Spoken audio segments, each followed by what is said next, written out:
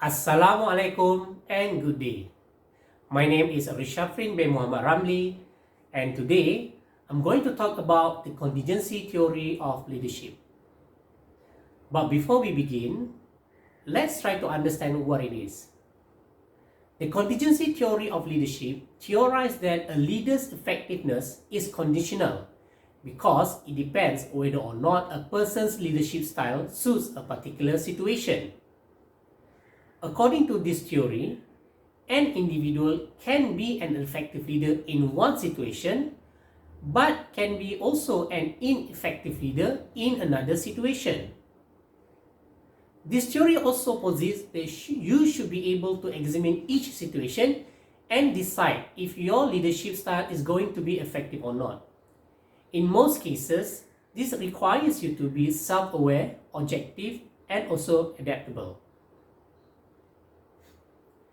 Fiedler's contingency theory states that for a leader to be effective, their leadership style must fit the situation.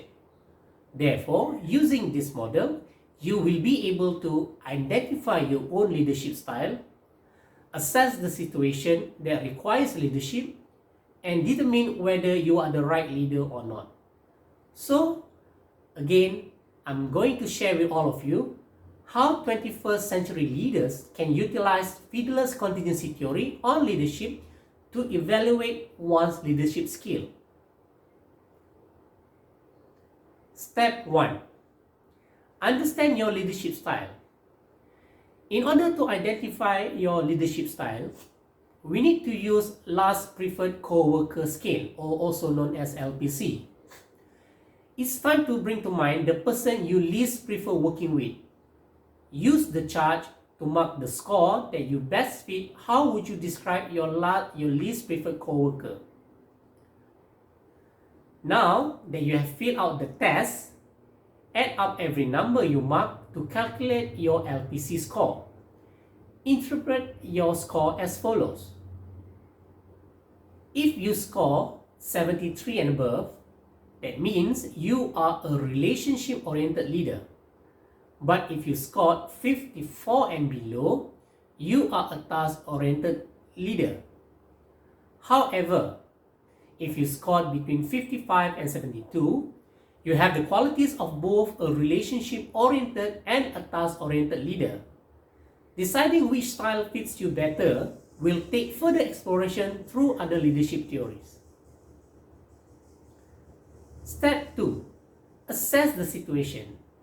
In order to assess situational favorableness to determine leadership effectiveness in a specific environment, Fiedler poses 3 questions.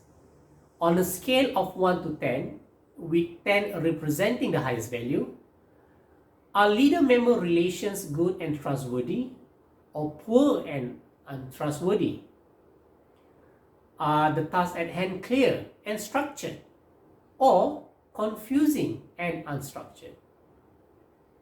Last one, is your authority and influence of your team strong or weak?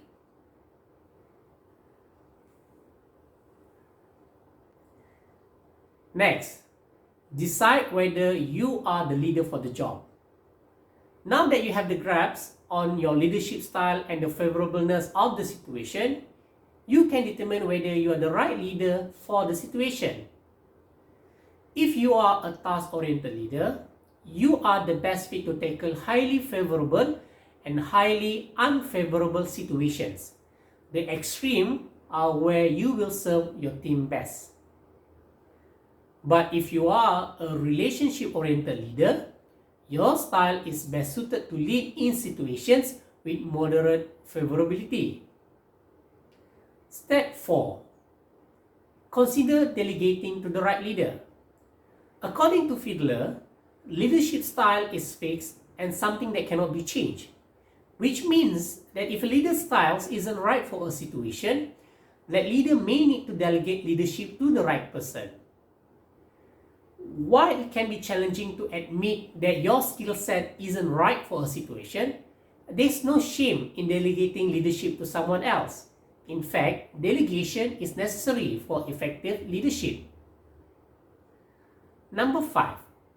Try changing the situation. Another way to ensure your team is set up for success if your leadership style doesn't fit the situation at hand is to try to change the situation. Here are a few ways to align situational favorableness with your skill set. Number 1. Improve leader-member relations. Now try focusing on your transparency with the team or entrusting team members with new responsibilities. By improving it whenever it's possible, leaders can feel confident that their team members will trust them, which in turn improve leader-member relation in the long run. Next, level up task clarity. Are tasks given unclear simply because that's the nature of the job?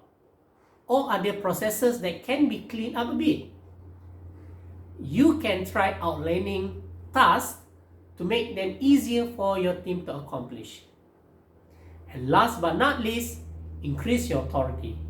If more power and influence could help you to lead better, why don't you try formulating an argument to present to the upper management? Who knows, maybe you might come out of it with a promotion to a more senior role. Thank you for watching.